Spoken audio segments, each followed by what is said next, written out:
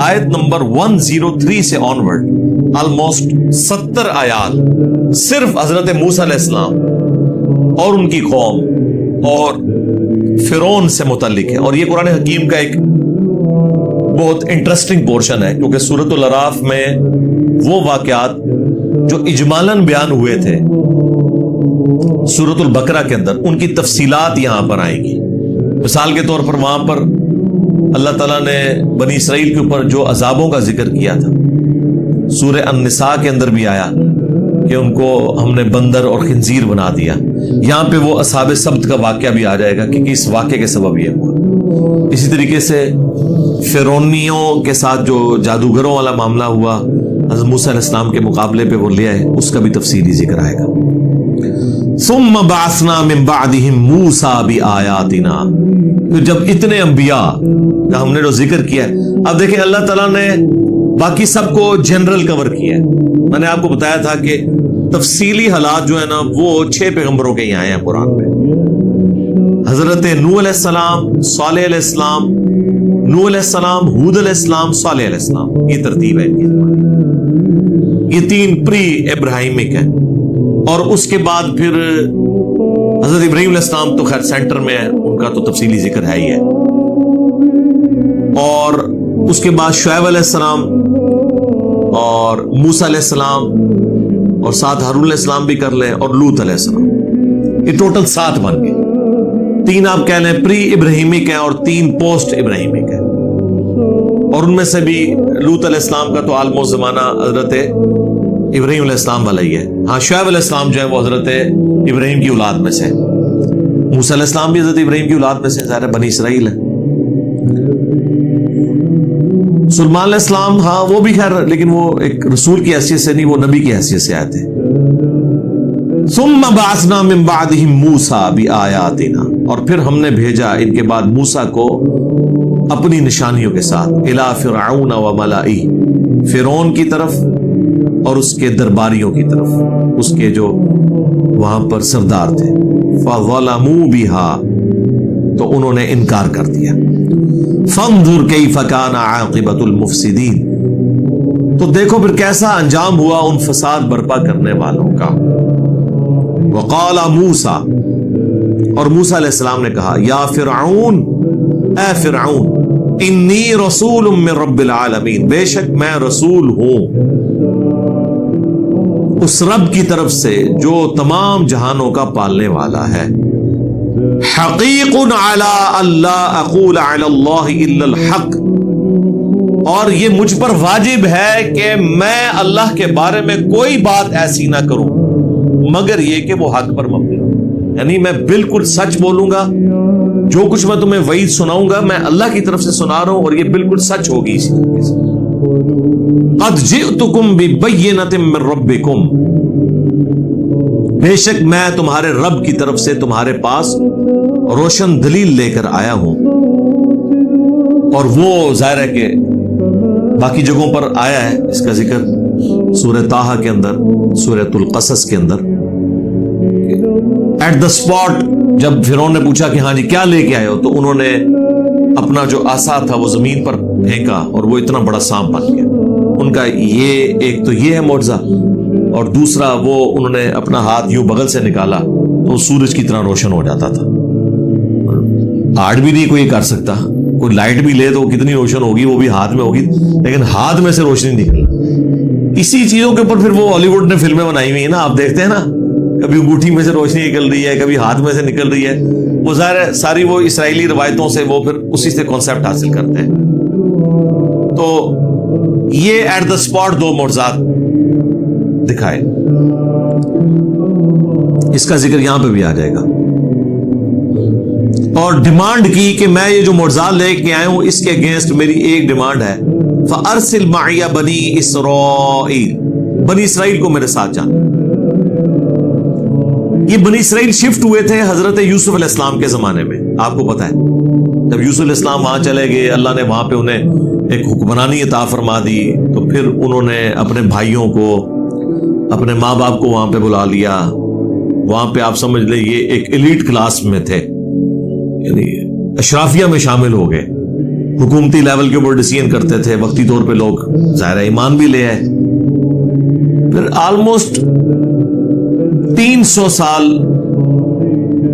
کے بعد وہاں پر جو ہے نا, وہاں کی جو نیشنل موومنٹ تھی نا, وہ اتنی کامیاب ہوئی کہ ایسا انقلاب آیا کہ بنی اسرائیل کو انہوں نے اپنا غلام بنا دیا. انہوں نے کہا کہ یہ لوگ شام سے آ کے ہم پہ قابض ہوئے ہیں, اس سرزمین کے رہنے والے تو ہم ہیں, تو ہم ان سے ان کا ملک چھینیں گے. ظاہر ہے وہ چھین لیا. پھر ظاہر ہے انہوں نے چھیننا ہی تھا. جب آپ کی حرکتیں اس قسم کی ہوں پھر اللہ کی مدد تو نہیں آتی. مسلمانوں سے نہیں, تاتاریوں نے چھین لیے ملک, کلونیل پاورز نے چھین لیے. سیم وہی انالوجی ہے, اس زمانے میں بھی ایسا ہوتا تھا. تو پھر حضرت موسیٰ علیہ السلام کو اللہ تعالیٰ نے ان کا ہادی اور منجی بنا کے, نجات دہندہ بنا کے بھیجا. اور خیر بنی اسرائیل کو بھی یہ بات پتا تھی کہ ہم نے جب یہ غلامی کا دور دیکھنا ہے, اس کے بعد اللہ تعالیٰ نے ہمیں نجات دینی ہے وقت کے پیغمبر کے ذریعے, اور وہ اس پیغمبر کے انتظار میں ہوتے تھے. اسی وجہ سے فرعونیوں کو بھی یہ بات پتا تھی, تو وہ ان کے جو بچے پیدا ہوتے تھے انہیں قتل کروا دیتے تھے اور بچیوں کو زندہ رکھتے تھے, کہ تاکہ کوئی ایسا بچہ ہی نہ پیدا ہو کہ جو یہ کام کرے. وہ تو پھر اللہ کی سنت ہے. اللہ نے موسیٰ علیہ السلام کو فرعون کے گھاری جو ہے وہ پرورش دلائی, اور وہ انشاءاللہ اگلی صورتوں میں اس کا ذکر آئے گا. موسیٰ علیہ السلام کے تو تفصیلی واقعات ہیں. ہماری تو خواہش تھی کہ ایران والے حضرت موسیٰ علیہ السلام کے اوپر بھی فلم بناتے ہیں. مجھے پتا چلا ہے کہ شاید انہوں نے اب شروع کی ہے. یوسف علیہ السلام پہ تو آلموسٹ 45 قسطوں میں بنی ہے نا, یہ تو 100 سے اوپر بن جائیں گی, کیونکہ حضرت موسیٰ علیہ السلام کے واقعات تو بہت زیادہ ہیں. یوسف علیہ السلام کے واقعات تو ایک سورت کے اندر ہی آئے ہوئے ہیں نا. موسیٰ علیہ السلام کی تو صرف پیدائش سے اگر آپ شروع کریں تو اس کے اوپر ان کی جوانی تک پہنچتے ہوئے پھر بنی اسرائیل کے ساتھ جو جو معاملات ہوئے. ویسے 10 کمانڈمنٹس ایک فلم ہالی ووڈ والوں نے بنائی ہوئی ہے, ایک بےہودہ سی, اس میں اتنے تفصیل, لیکن چند ایک واقعات انہوں نے اس میں فلمائے ہیں. لیکن اس میں چونکہ اسرائیلیات کی بنیاد کے اوپر ہے, اس میں کچھ واقعات ٹھیک بھی ہیں, کچھ غلط بھی ہیں. تو ڈیمانڈ یہ ہے کہ یہ جو بنی اسرائیل کو تو نے غلام بنایا ہوا نا پچھلے 300 سال سے, ان کو میرے ساتھ بھیج دے, ہم تیرا ملک چھوڑ دیتے ہیں, ہمیں غلامی سے تو نجات دو نا. ملک چھوڑ جاتے ہیں, ہم اپنی سرزمین شام میں چلے جائیں گے جو ہمارے ابا جی کا مسکن تھا حضرت ابراہیم علیہ السلام کا. ہم یہ بھی نہیں کہتے کہ تم ہمیں اپنا ملک دے دو, ٹھیک ہے اتنا عرصہ مہمان نوازی کی, مصر کے لوگوں نے ہمیں اکوموڈیٹ کیا, لیکن ظاہر ہے ان کو تو مفت کے غلام ملے ہوئے تھے. کون غلام چھوڑتا ہے؟ تو تیار نہیں ہوئے یہ غلام چھوڑنے کے لیے. قال ان كنت جئت بآية فأت بها ان كنت من الصادقين. تو فرعون نے کہا کہ اگر تم واقعی لائے ہو نا کوئی ایسی نشانی تو پیش کرو اگر تم سچے ہو. اچھا, اب یہ فرعون کے لیے حضرت موسیٰ علیہ السلام کوئی ایسی شخصیت نہیں ہے جن کو وہ نہیں جانتا. اور جب یہ موسیٰ علیہ السلام اس وقت آئے نا, اس وقت جو فرعون تھا وہ اس بڑے فرعون کا بیٹا تھا جس نے حضرت موسیٰ علیہ السلام کی پرورش کی ہوئی تھی, اور پہلے اس کی کوئی اولاد نہیں تھی. تو موسیٰ علیہ السلام نے ہی فرعون کی سیٹ سنبھالنی تھی, پھر اللہ نے اولاد دے دی اسے. لیکن یہ دونوں تھے بھائی. یہ اس وقت جو فرعون ہے یہ چھوٹا بھائی ہے منہ بولے رشتے میں, اور حضرت موسیٰ علیہ السلام اس کے بڑے بھائی ہیں, لہذا وہ رسپیکٹ کا رشتہ بھی اپنی جگہ تھا. لیکن ظاہر ہے کہ سیٹ آ جائے تو پھر آپ نہیں دیکھتے, پھر کون کسی کو پوچھتا ہے. پاکستان میں بھی یہی ہوتا ہے, آپ کے سامنے بتانے کی ضرورت نہیں ہے. سیٹ کے پیچھے جو ہے وہ لوگ پھر بھائیوں کو بھی دھوکہ دے جاتے ہیں. پرائم منسٹرشپ کون چھوڑتا ہے جی؟ تو فرعون نے کہا کہ اگر تم سچے ہو نا تو نشانی لے کر آؤ. فَأَلْقَى عَصَاهُ, تو موسیٰ علیہ السلام نے اپنا عصا پھینک دیا. فَإِذَا هِيَ ثُعْبَانٌ مُبِينٌ, تو اتنا بڑا وہ کھلا اژدہا بن گیا. یہ نہ سمجھے کوئی چھوٹا سا کوئی سانپ تھا, اتنا بڑا اژدہا وہ بن جاتا تھا. اب مجھے بتائیں یہ اتنی بڑی چیز دیکھ کے اور پھر اس سے بڑھ کر کے دوبارہ ہاتھ لگائیں اور دوبارہ وہ لاٹھی بن جائے. سرکار یہ تو سائنس میں پاسبل ہی نہیں ہے کہ پلانٹ کنگڈم اینیمل کنگڈم میں بدل جائے اور پھر اینیمل کنگڈم پلانٹ کنگڈم میں بدل جائے. اینیمل میں سے کوئی اینیمل نکل آئے تو ایک علیحدہ بات ہے، وہ تو ہو رہا ہے، لیکن درخت میں سے اور پھر دوبارہ وہ لاٹھی بن جائے، لکڑی میں کنورٹ ہو جائے. وَنَزَعَ يَدَهُ فَإِذَا هِيَ بَيْضَاءُ لِلنَّاظِرِينَ، اور پھر انہوں نے یوں کر کے اپنا گریبان سے جب ہاتھ نکالا ہے تو بہت زیادہ سفید روشن ہو گیا دیکھنے والوں کے لیے. اب جہاں پہ چھوٹی چھوٹی شمعیں جل رہی ہوں وہاں پہ حضرت موسیٰ علیہ السلام جب یوں ہاتھ نکالیں اور ہزاروں واٹ کی لائٹ اس کا مقابلہ نہ کر سکے اور ہاتھ میں سے نکل رہی ہو، تو یہ دو بڑے معجزات تھے. اس کے علاوہ بھی معجزات تھے وہ جو ان پہ تکلیفیں آئیں، ان پہ مینڈکوں کا عذاب آیا، جوؤں کا عذاب آیا، خون کا عذاب آیا، ہڈیاں میں سے خون نکل آتا تھا. وہ آگے سورۃ الاعراف میں ہی آئے گا. قال الملأ من قوم فرعون ان هذا لساحر علیم، تو کہنے لگی قوم فرعون کی یہ تو بڑا ماہر جادوگر ہے بھائی. دیکھو جب گیر الٹا لگا ہوا ہو، جادوگروں کا کردار یہ ہوتا ہے کہ وہ اس کے بدلے یہ کہہ رہے ہوتے ہیں کہ یار میری قوم کو جانے دو، اللہ پر ایمان لاؤ. جادوگر تو کہتے ہیں کہ عالی جناب یہ کرتب ہم نے کیا، اب ہمیں اتنی اشرفیوں سے نوازیں اس کے عوض. جادوگروں کا تو کردار ہی ڈیفرنٹ ہوتا ہے، وہ تو دنیاوی منفعت حاصل کرتے ہیں، جبکہ پیغمبر جب معجزات دکھاتے ہیں وہ کوئی منفعت نہیں لیتے، الٹا کہتے ہیں مجھے تمہاری آخرت کی فکر ہے، اللہ پر ایمان لاؤ، گاڈ اورینٹڈ ہو جاؤ.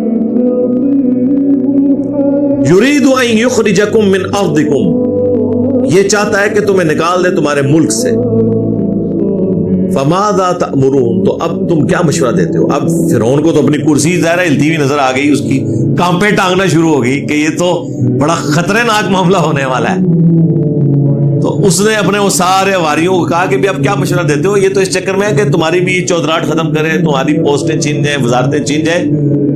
حالانکہ مجھے بتائیں کہ مطلب حضرت موسیٰ علیہ السلام نے یہ کہا تھا کہ تم اپنی حکومت میرے والے کر دو. انہوں نے کہا ہم جا رہے ہیں تمہیں چھوڑ کے، بس بنی اسرائیل جو ہے یہ ہمارے والے کرو، جو تم نے غلام بنائے ہوئے ہیں. تم اپنے معاملات، تمہارا ملک ہے اپنا، پکاؤ کھاؤ اگاؤ، اتنی زرخیز زمین، دریائے نیل جو دنیا پہ ایک اللہ تعالیٰ کا زندہ معجزہ ہے، آج تک ایسا دریا کوئی نہیں ہے. تو تمہیں اللہ نے دیا ہوا، تم اللہ کی نعمتوں سے لطف اندوز ہو. اب مجھے بتائیں کہیں موسیٰ علیہ السلام نے یہ کہا ہے کہ میں تیری سیٹ پہ بیٹھنا چاہ رہا ہوں؟ اس نے دیکھے خود سے مطلب نکال لیا. سیم ایٹیچیوڈ مولویوں کا یہی ہے. بلا ہم نے پورے اخلاص کے ساتھ قرآن و سنت کی دعوت شروع کی، اے جی اپنا فرقہ بنانا چاہتا ہے، حالانکہ بول کے بھی کہا کہ نہیں فرقہ نہیں بنانا. یہ میں آپ کو مینٹالٹی بتا رہا ہوں، سیم مینٹالٹی ہے. آپ بول کے کہ چندہ نہیں دینا، نہیں ہوں کہہ رہے ہیں دیکھنا ایک دن آئے گا لوے گا. ہم کہتے ہیں جب فرقے بنتے ہیں تو ایک دوسرے کے پیچھے آپ لوگ نمازیں نہیں پڑھتے ہیں، چندہ بک الگ کرتے ہیں، مسجدیں الگ کرتے ہیں. ہم نے تو مسجد کوئی نہیں بنائی ہے، نہ بنانی ہے، ہم آپ کے پیچھے نماز نہیں، ایک دن آئے گا بنائیں گے. سرکار 15 سال تک گزر چلے نا، اور کتنا انتظار کرنا ہے؟ ایٹ لیسٹ 14 سال تو ہو چکے ہیں، 2008 سے اب 2022 ہے. تو پیغمبروں کے ساتھ بھی ان کا ایٹیچیوڈ یہی ہوتا ہے.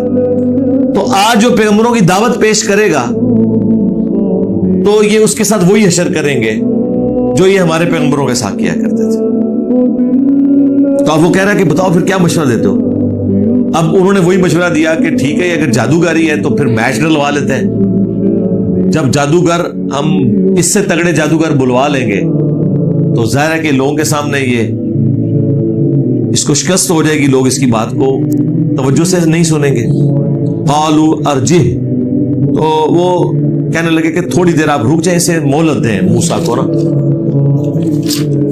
وَأَخَا، اور اس کے بھائی کو، وہ بھی ساتھ ہی تھے حضرت ہارون علیہ السلام. کچھ عرصے کی مہلت مانگ لیں کہ ٹھیک ہے یار تم نے جو یہ چیز رکھی ہے نا، ہم اس کے اوپر غور و تفکر کرتے ہیں. وَأَرْسِلْ فِي الْمَدَائِنِ حَاشِرِينَ، اور مختلف شہروں میں نا اپنے ہرکارے بھیج دو. يَأْتُوكَ بِكُلِّ سَاحِرٍ عَلِيمٍ، تاکہ وہ ماہر جادوگر تمہارے لیے لے آئیں. تھوڑا سا ٹائم مانگ لو پھر ہم ان کے ساتھ میچ ڈال لیں گے. وَجَاءَ السَّحَرَةُ فِرْعَوْنَ، تو آئے جادوگر اکٹھے ہو کر فرعون کے پاس، یعنی وہ پوری سلطنت سے جادوگر اکٹھے کیے گئے. قَالُوا إِنَّ لَنَا لَأَجْرًا إِن كُنَّا نَحْنُ الْغَالِبِينَ، تو وہ جادوگر کہنے لگے کہ یقیناً اگر ہم آج کامیاب ہوئے اور موسیٰ پر غالب آ گئے تو پھر ہمیں انعام تو پھر اسی حساب سے ملے گا نا. دیکھ لیا میں نے آپ کو کہا تھا کردار, یہ جادوگروں کا کردار ہوتا ہے کہ آتے ہی کہہ رہے ہیں کہ سرکار کام سے بلایا جائے, پھر دیکھ لینا سارے آپ کی بادشاہت بچا رہے ہیں, آپ کی وزارتیں بچا رہے ہیں, آپ کا ملک بچا رہے ہیں, تو پھر انعام بھی اسی حساب سے ہی ہوگا. قالوا نعم, اس نے کہا ہاں جی کوئی شک ہی نہیں ہے, دولت کے دانے آپ پر کھول دیے جائیں گے. وَإِنَّكُمْ لَمِنَ الْمُقَرَّبِينَ, بلکہ تم ہمارے خاص مقربین میں, بارگاہ میں, یعنی آپ یہ جیسے سمجھ لیں کہ اگر یہ وہ دو ہے نا, ایک وفاقی وزیر ہوتا ہے, ایک وزیر مملکت ہوتا ہے, وہ اس کو اسسٹ کر رہا ہوتا ہے, تو آپ ہمارے خاص اسپیشل وزراء میں شامل کر لیے جائیں گے, درباریوں میں شامل ہو جائیں گے کہ یہ وہ لوگ ہیں کہ جنہوں نے کنٹریبیوٹ کیا تھا. کیا بات ہے جی. اب کس نے سوچا تھا کہ ان کی قسمت میں ہدایت لکھی ہوئی ہے جو لڑنے آئے ہیں. یہی اللہ کی سنت ہے کہ اللہ تعالی جہاں سے کسی کا گمان بھی نہیں ہوتا وہاں سے اپنے معاملات, اور یہ بھی اللہ کے ایک زندہ معجزہ ہی ہوتا ہے.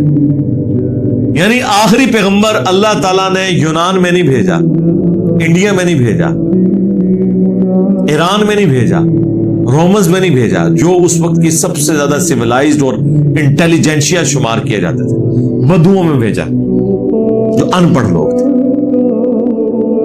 تاکہ اللہ تعالیٰ نبی اسلام کی ذات کو زندہ معجزہ بنائے کہ یہ سسٹم کی آؤٹ پٹ نہیں ہے بلکہ یہ شخصیت معجزانہ ہے. اس سسٹم میں سے تو ایسے لوگ نکل نہیں سکتے تھے, اور یہ ہمیشہ اللہ تعالیٰ ایسا کرتا ہے اپنے دین کے لیے, ہمیشہ وہاں سے اپنے بندوں کو اٹھاتا ہے جہاں کسی نے سوچا بھی نہیں ہو.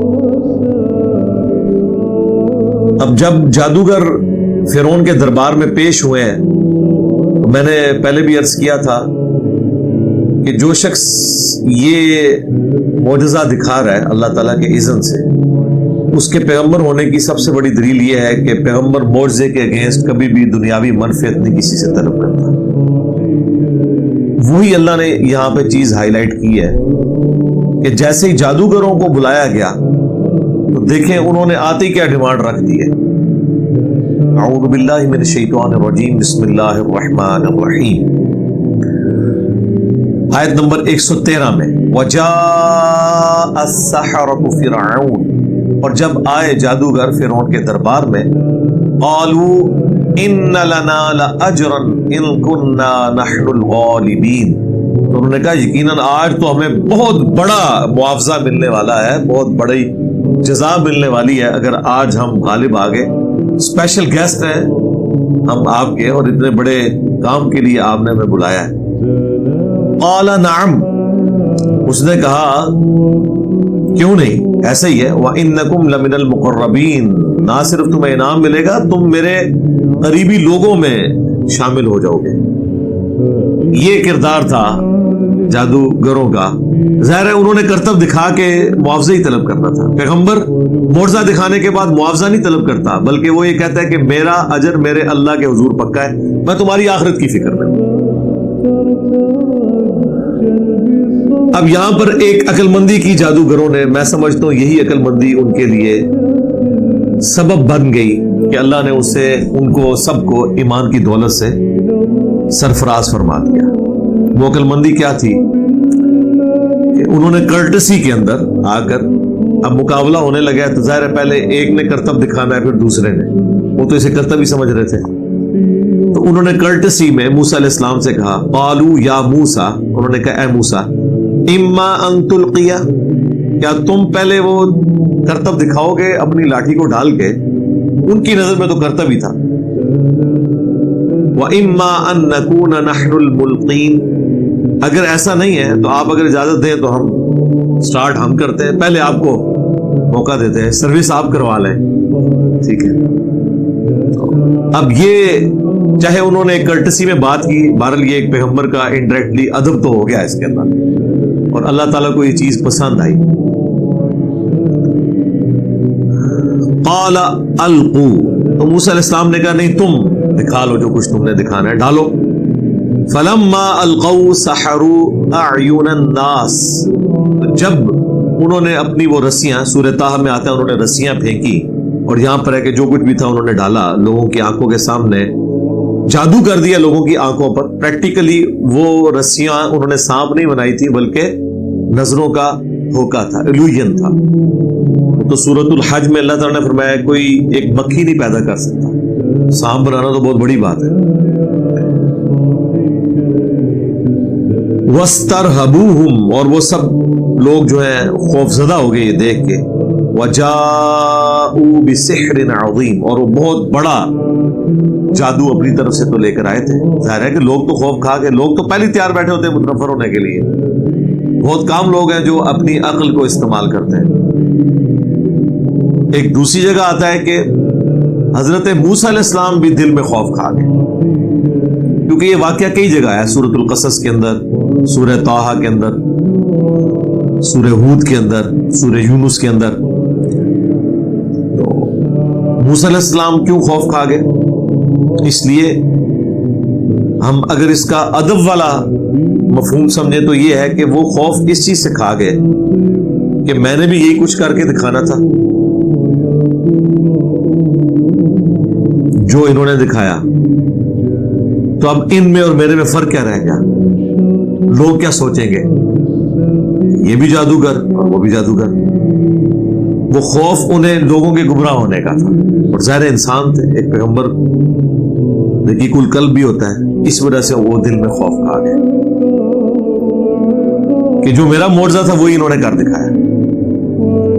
دوسرا, اگر ہم بے ادبی والا معنی لیں تو یہ ہے کہ وہ رسیاں دے کے حضرت موسیٰ علیہ السلام بھی ڈر گئے کہ بھئی یہ کیا انہوں نے کر کے دکھا دیا ہے, اب میرا کیا بنے گا. ظاہر ہے یہ تو ایک بعید ہے معنی.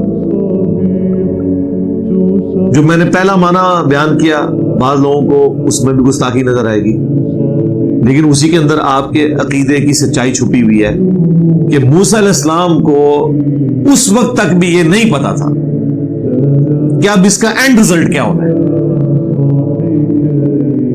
موسیٰ علیہ السلام تو یہ سوچ رہے ہوں گے کہ انہوں نے بھی یہ دکھایا, میں بھی دکھا دوں گا, زیادہ ہے کہ جدہ وڈا ہویا وہ جیت گیا. ٹھیک ہے, یہ تو موسیٰ علیہ السلام کے دماغ میں بھی نہیں تھا کہ جو اس لاٹھی سے اژدھا بنے گا وہ ان کی رسیوں کو جو بظاہر سام نظر آ رہی ہیں نگل جائے گا. اینڈ رزلٹ ان کو پتا ہوتا اگر تو وہ خوف نہ کھاتے.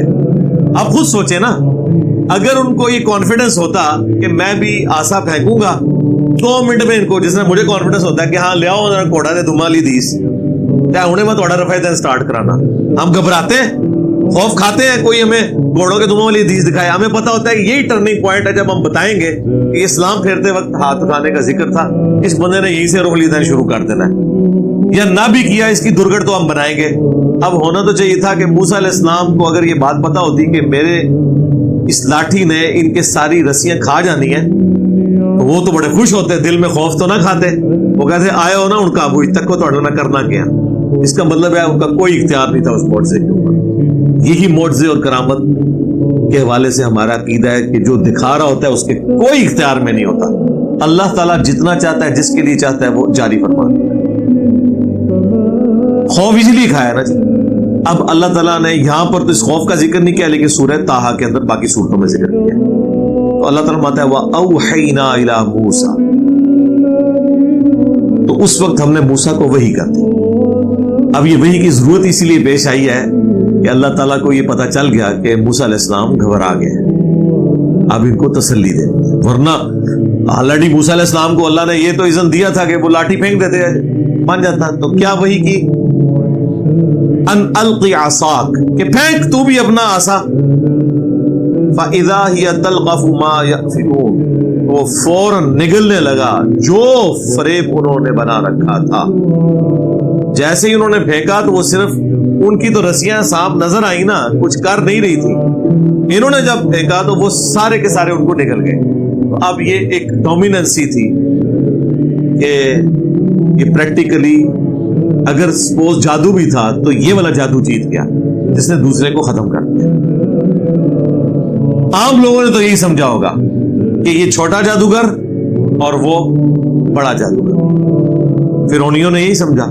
یہ نہیں ہوا کہ ساروں نے وہاں پہ کلمہ پڑھنا شروع کر دیا, لیکن جادوگروں کو پتا چل گیا کہ یہ جادوگر نہیں ہے. اس کی وجہ یہ ہے کہ وہ تو نظروں کا دھوکہ تھا, اور جو کچھ موسیٰ علیہ السلام کے اس عصا نے کیا وہ فزیکل کر دیا تھا، کیونکہ وہ رسیاں کھا گیا، اس کے بعد دوبارہ موسیٰ علیہ السلام نے پکڑا، وہ عصا بن گیا، وہ ساری چیزیں غائب ہو گئی. یہ ایک پریکٹیکلی کر کے دکھا دیا. نظروں کے دھوکے میں تو یہ ہو سکتا ہے کہ آپ سانپ پھینکے، رسی بن جائے، رسی سانپ غائب تو نہیں ہوگی نا، کوئی فزیکل چیز تو وہاں پہ موجود ہی رہے گی نا. لیکن وہ فزیکل چیز بھی کھا گیا تو کھانے والا ظاہر ہے کہ وہ پھر فزیکلی اس چیز کو غائب کر رہا ہے. یہ کوئی کیمرے کا کمال تو ہے نہیں ہے. آج تو ہو سکتا ہے ڈیوڈ کاپرفیلڈ یہ کر لے گا سب کچھ، لیکن وہ کیمرے میں آپ اس کو اس طریقے سے ایڈجسٹ کرتے ہیں، فزیکلی نہیں ہوا ہوتا. اسٹیچو آف لبرٹی غائب کر دیا، ٹرینیں غائب کر دی، بوئنگ جہاز غائب کر دیا. کیمرے کا سارا کمال ہوتا ہے. پچھلے دنوں میری ویڈیو بھی ریکارڈ ہوئی ہے جب مفتی منیب الرحمان صاحب نے میرے بارے میں مضمون لکھا کہ یہ کشف اور کرامات اور معجزات کا منکر ہے. اپنی طرف سے چیزیں بنا کے، ہم نے معجزوں کا جو منکر ہونا ہے؟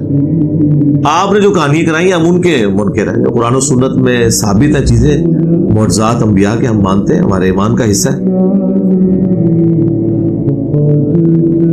تو وہ جادوگر تو سمجھ گئے، اور یہ ایک نیچرل چیز ہے کہ جو بھی جس فیلڈ کا ایکسپرٹ ہوتا ہے نا، اسے یہ پتا ہوتا ہے کہ اس فیلڈ میں زیادہ سے زیادہ کیا ہو سکتا ہے. یعنی آج سائنس جس عروج پہ پہنچ چکی ہوئی ہے، ہمیں پتا ہے کہ زیادہ سے زیادہ ہم سائنس سے کیا کر سکتے ہیں. یعنی یہ نہیں ہو سکتا کہ کسی کے آنکھ کے ڈھیلے ہم نکال لیں اور اس کی جگہ ہم یہاں مٹی رکھیں اور ہاتھ پھیرے تو آنکھ بن جائے گی. اگر یہ کوئی کر کے دکھا دیتا ہے تو ظاہر ہے یہ پیغمبر کر سکتا ہے یا خدا کر سکتا ہے، تیسرا تو کوئی بندہ نہیں کر سکتا. حضرت عیسیٰ علیہ السلام کرتے تھے نا.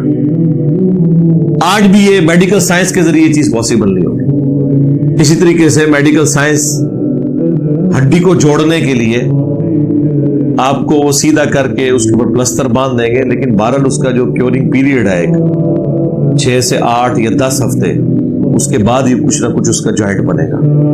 یہ تو امپاسبل ہے کہ کسی آرتھوپیڈک سرجن کے پاس آپ پنڈلی کی ٹوٹی ہوئی ہڈی لے جائیں اور وہ کہے جی صاحب لات سیدھی کرو، ہاتھ پھیرے اور بالکل دوبارہ سے وہ کھڑا ہو جائے.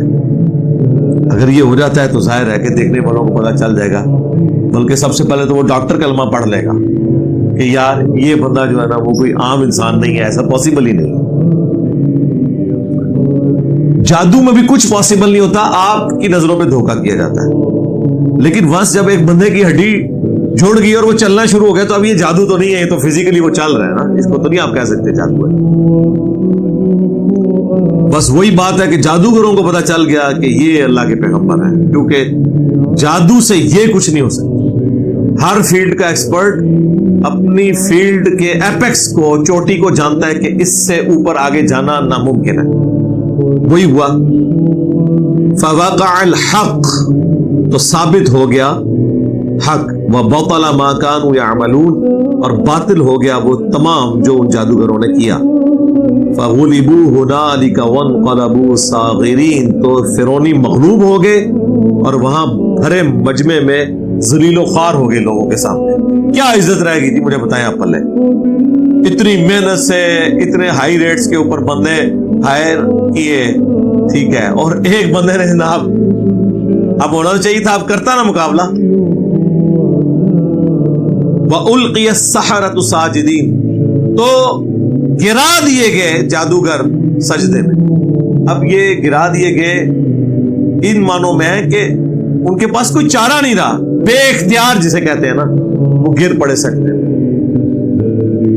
قَالُوا آمَنَّا بِرَبِّ الْعَالَمِينَ، اور کہنے لگے ہم تو ایمان لے آئے اس رب پر جو سارے جہانوں کا پالنے والا ہے. رب موسیٰ و ہارون، جو رب ہے موسیٰ کا اور ہارون کا. قال فرعون، اب فرعون کہنے لگا آمنتم به قبل ان آذن لکم، کیا تم ایمان لے آئے ہو موسیٰ کے اوپر اس سے پہلے کہ تم مجھ سے اجازت لو؟ میری اجازت کے بغیر تم نے اپنا دین مذہب چینج کر لیا. اب مجھے بتائیں، جس نے اپنی آنکھوں سے بخاری مسلم میں نماز کا طریقہ پڑھ لیا، اب اسے کوئی دیوبندیوں کا مفتی کہتا ہے میری اجازت کے بغیر تو نے نفل دین شروع کر دیا، تو کیا کہے گا؟ یار تیری اجازت میں نے کیا لینی ہے، میں اندھا ہوں، مجھے نہیں نظر آ رہا کیا ہو رہا ہے. یہاں پہ بھی ان جادوگروں کو جب اس نے کہا کہ تم لوگوں نے میری اجازت کے بغیر ہی کلمہ پڑھ لیا، اب دیکھیں کیسا پینترا اس نے بدلا ہے. ان ھذا لمکر مکرتموہ فی المدینہ، بے شک یہ ایک فریب ہے جو تم سب نے مل کر دیا ہے پورے شہر کے لوگوں کو. یعنی بجائے یہ کہ وہ حق بات قبول کرتے، الٹا ان جادوگروں کو جو ایمان لے آئے فرعون نے یہ کہنا شروع کر دیا کہ تم نے اور موسیٰ نے مل کے سارا ڈرامہ کیا ہے کہ ایک چھوٹا جادو دکھائے گا، دوسرا بڑا دکھائے گا، یوں دھاگ بیٹھ جائے گی اور پھر ہم جو ہے اس ملک پہ قبضہ کر دیں گے. کیسا پینترا بدل لیا. اب مجھے بتائیں یہ جملہ بولنے سے کیا جادوگروں نے ان کے مذہب میں واپس آ جانا تھا؟ وہ تو اور پکے ہو گئے نا. یعنی جس طرح جب یہ میرے اوپر الزام لگا رہے ہوتے ہیں یہ قادیانی ہے یا اسے یہود و نصارہ سے فنڈنگ آتی ہے، تو مجھے تو خود پتا ہے کہ مجھے نہیں آتی فنڈنگ.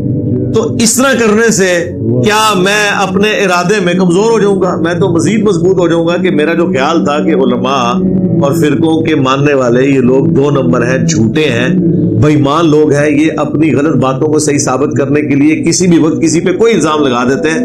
ایک بیسک اخلاقیات جو ایک کافر میں موجود ہیں وہ بھی ان کے اندر موجود نہیں ہے. میرا ایمان اور پکا ہو جاتا ہے کہ ہے جھوٹے. اس طرح جادوگروں کو تو پتہ چل گیا کہ یار یہ تو واقعی یہ فراڈی ہے فرعون، کہ ہمیں تو پتہ بھی نہیں تھا، اس نے ہمیں بلایا، ہم تو موسیٰ کو جانتے بھی نہیں تھے. اور اب یہ کہہ رہا ہے کہ موسیٰ نے اور ان جادوگروں نے مل کے ایک ٹوپی ڈرامہ کیا ہے جس کے ذریعے لوگوں کو یہاں سے نکال دیا جائے اور اس ملک پہ قبضہ کر. اب یہ فرعون جو ہے وہ دھاک بٹھا رہا تھا اصل میں اپنی عوام کے اوپر، کچھ تو کچھ جواب دینا تھا نا اس نے، کوئی نہ کوئی تو اس نے سازش کا ذکر کرنا تھا نا کہ یہ سازش ہوئی ہے. دیکھ لیں ہر زمانے میں جو پولیٹیشنز ہیں نا ان کے پاس یہی ہوتا ہے کہ یہ سازش ہوگی ہمارے خلاف. یہاں پہ مجھے کہا سازش ہوئی ہے لِتُخْرِجُوا مِنْهَا أَهْلَهَا، تاکہ جہاں کے جو اصلی باشندے ہیں ان کو نکال دیا جائے.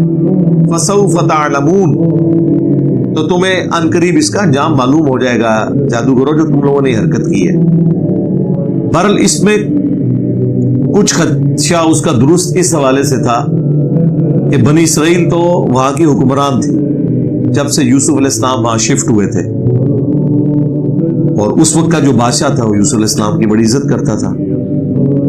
کافی عرصہ ان کی بادشاہت رہی ہے. پھر وہاں پہ ایک نیشنل موومنٹ اٹھی تھی کہ یہ باہر کے شام کے رہنے والے لوگ مصر پہ قابض ہیں، یہاں مصریوں کی حکومت ہونی چاہیے. اور وہ اتنی ڈومیننٹ ہوئی کہ انہوں نے بنی اسرائیل کو اپنا غلام بنا لیا اور خود وہ قابض ہو. اب چونکہ تاریخ میں یہ ہو چکا ہوا تھا، اور یہ جب موسیٰ علیہ السلام دعوت پیش کر رہے ہیں اس سے 300 سال پہلے فرعونیوں کی یعنی مصر کے لوکل لوگوں کی حکومت آئی تھی، اس سے پہلے بنی اسرائیل حاکم، اور اب وہ غلام تھے. تو خطرہ تو لگا رہتا ہے نا کہ یہ غلام دوبارہ سے بادشاہت کے لیے کوشش نہ کریں. جس طرح آج بھی کافروں کو خطرہ ہوتا ہے کہ دنیا پہ انہوں نے حکومت کی ہے، کہیں کوئی چنگاری بھڑک ہی نہ اٹھے اور دوبارہ سے کہیں کہ ہم تو حکمران رہے ہیں دنیا میں اور ہم نے دوبارہ سے حکومت حاصل کرنی ہے. تو خدشہ تو اس کو بھی لگا ہوا تھا، اس لیے اس نے کہا کہ تاکہ تم لوگوں کو تمہارے علاقوں سے نکال دیں گے اور خود قبضہ کر لیں. لَأُقَطِّعَنَّ أَيْدِيَكُمْ، میں ضرور بالضرور کٹوا دوں گا تمہارے ہاتھ، وَأَرْجُلَكُمْ مِنْ خِلَافٍ، اور پاؤں مخالف سمت کے، یعنی دایاں ہاتھ اور بایاں پاؤں، یا بایاں ہاتھ اور دایاں پاؤں. یہ مخالف سمت اس لیے کاٹے جاتے تھے کہ وہ پھر بندہ کسی کام جگہ رہتا ہی نہیں. کیونکہ آپ دیکھیں جب آپ چلتے ہیں نا تو آپ کا دایاں ہاتھ چلنے کے دوران یا بھاگنے کے دوران یہ بائیں پاؤں کے ساتھ سنکرونائز ہوتا ہے، اور بایاں ہاتھ دائیں پاؤں کے ساتھ سنکرونائز ہو کے چل رہا ہوتا ہے. تو جب یہ مخالف سمت کے کاٹ دیے جائیں گے نا تو پھر آپ بھاگ نہیں سکتے. ویسے تو خیر دوسرے بھی ہوتا ہوں لیکن یہ زیادہ ورسٹ کیس ہے. ثم لأصلبنکم، اس کے بعد میں ضرور تمہیں سولی دے دوں گا، اجمعین، تم سب کے سب. اس میں یعنی کسی درخت کے اوپر یوں کیل وغیرہ ٹھوک کے ٹانگ دیتے تھے، پھر ان کے پاؤں کی جو وہ مین بلڈ والی رگ ہے وہ کاٹ دیتے تھے، وہ خون نکلتا رہتا تھا، بلڈ پریشر لاس ہوتا تھا اور بندے کی وہیں پہ ڈیتھ ہو جاتی تھی، اور پھر وہ لاشوں کو لٹکا رہنے دیتے تھے، حتیٰ کہ چیل کوے آ کے وہ لاشیں نوچتے تھے، پھر دیکھنے والوں کے اوپر بڑی روب ڈلتی تھی کہ جی یہ انجام ہوتا ہے۔ حالانکہ جو بندہ مر گیا اس کی بلاز ہے کہ اس کی لاش کے ساتھ کیا ہوتا ہے، یہ تو زندہ بندے کو تکلیف ہوتی ہے۔ اب وہ دیکھیں ایک لمحے میں ان جادوگروں کا ایمان کتنا مضبوط ہو گیا ہے۔ قالوا انا الی ربنا منقلبون، تو انہوں نے کہا ہمیں تو کوئی پرواہ نہیں، بے شک ہم نے ویسے بھی تو لوٹ کے اپنے رب کے پاس ہی جانا ہے، یعنی موت تو آنی ہے، کل نہیں تو آج، اپنے ٹائم سے پہلے نہیں آئے گی، اور جب آنی ہے اس سے لیٹ نہیں آئے گی۔ ظاہر ہے ان کا ایگزٹ دنیا سے ایسے ہی لکھا ہوا تھا، دنیا میں کوئی زندہ بھی رہ لے تو کتنا عرصہ، الٹیمیٹلی تو اسے مرنا ہی ہے، اور اگر کسی کو یہ یقین ہو کہ مرتے ہی جنت مل جاتی تو سرکار ہر بندہ مرنے کے لیے تیار ہو جائے، بشرطے کہ یہ کسی پیغمبر کی طرف سے گارنٹی مل جائے۔ ہر بندہ مرنے کے لیے تیار ہے، جو مرنے کے لیے تیار نہیں ہوتے وہ اس لیے وہ کہتے ہیں تھوڑی یاشی اور کر لیں ادھر، اور پھر مرنے سے پہلے تیاری کر لیں گے، تھوڑا ٹائم لگ جائے۔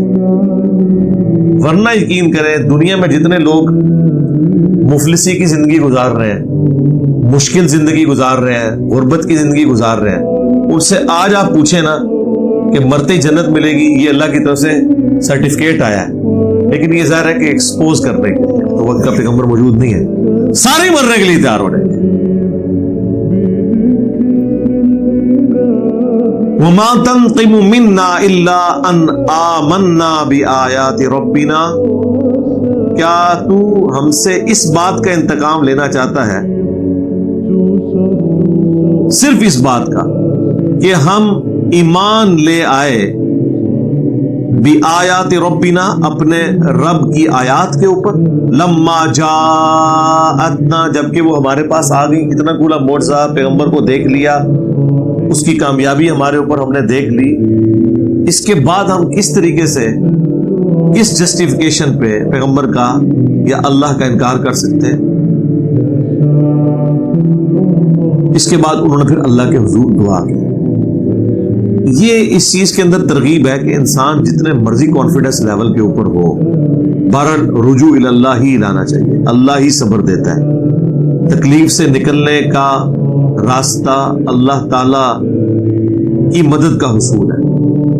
یہی دعا ہے جو مانگی تھی طالوت اور جالوت کی جنگ کے دوران اہل ایمان نے، اور یہی دعا یہاں پہ رپورٹ ہوئی ہے، ربنا افرغ علینا صبرا، اے رب ہمارے ہم پر صبر انڈیل دے۔ الفاظ دیکھیں، یعنی تھوڑا صبر نہیں، نہلا دے ہمیں صبر کے اندر، اتنا زیادہ صبر ہمارے اوپر ڈال دے، یعنی ہمیں توفیق دے، وتوفنا مسلمین، اور ہمیں اس حال میں موت دینا کہ ہم سر تسلیم خم کیے ہوئے ہوں، تیری نافرمانی میں نہ مرے بلکہ تیرے تابع فرمان ہو کر مرے، ولا تموتن الا وانتم مسلمون، جو آیا ربنا افرغ علینا صبرا وتوفنا مسلمین، آمین۔ وقال الملأ من قوم فرعون، بہرحال خیر اس وقت تو یہ سارا معاملہ ظاہر ہو گیا، معاملات سیٹل ہو گئے اس حوالے سے کہ وہ مجمع چھٹ گیا۔ اب بعد میں ظاہر میٹنگ تو ہوئی ہوگی، اتنی بڑی بےعزتی ہوئی ہے ساری پبلک کے سامنے، تو جو سردار تھے، یعنی وہاں کے آپ سمجھ لیں وفاقی وزیر، صوبائی وزیر، جو بڑے بڑے پوسٹوں والے تھے فرعون کی قوم میں سے، وقال الملأ من قوم فرعون، کہا ان سرداروں نے جو قوم فرعون سے تھے، اتذر موسیٰ وقومہ لیفسدوا فی الارض، کیا آپ اسی طرح چھوڑے رکھیں گے موسیٰ کو اور اس کی قوم کو کہ زمین میں فساد مچائے؟ فساد کیا بیچاروں نے کیا ہے، غلام ہے یار، کیا انہوں نے فساد کرنا ہے؟ فساد یہ ہے کہ بےزتی ہو رہی ہے ساڑی۔ میں نے آپ کو پچھلی دفعہ بتایا تھا کہ اس وقت جو فرعون بیٹھا ہوا تھا نا، یہ موسیٰ علیہ السلام کا چھوٹا بھائی تھا، کیونکہ موسیٰ علیہ السلام کی پرورش جس فرعون نے کی تھی نا، وہ تو مر چکا تھا، اور موسیٰ علیہ السلام ظاہر ایک لے پالک تھے، اس حوالے سے وہ پوری تفصیل سورۃ القصص میں آئے گی۔ تو اس کے بعد فرعون کی اپنی اولاد بھی ہو گئی، اور یہ فرعون جو اس وقت بیٹھا تھا جس کا موسیٰ علیہ السلام سے ٹاکرا ہوا، یہ موسیٰ علیہ السلام کا بھائی تھا، منہ بولا بھائی کہہ لیں، چھوٹا تھا، اور ظاہر دونوں ہی ایک ایلیٹ خاندان میں پلے بڑے تھے۔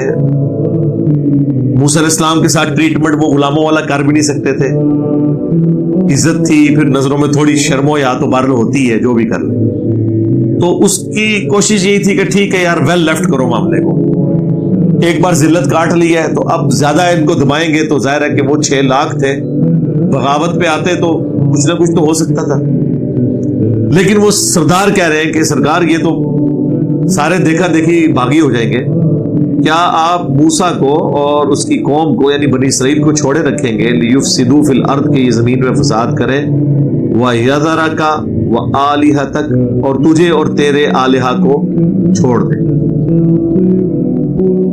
اور اس ایک خدا کی عبادت شروع کر دیں۔ اچھا، اس سے یہ بات پتہ چلی کہ فرعونی بھی جھوٹے خداؤں کے ماننے والے تھے، اپنی جو پرستش کرواتا تھا وہ اس حوالے سے کہ وہ ان خداؤں کا زمین پہ نمائندہ ہے، لیکن خود بھی وہ خداؤں کو مانتا تھا جو جھوٹے خدا انہوں نے کھڑے ہوئے تھے۔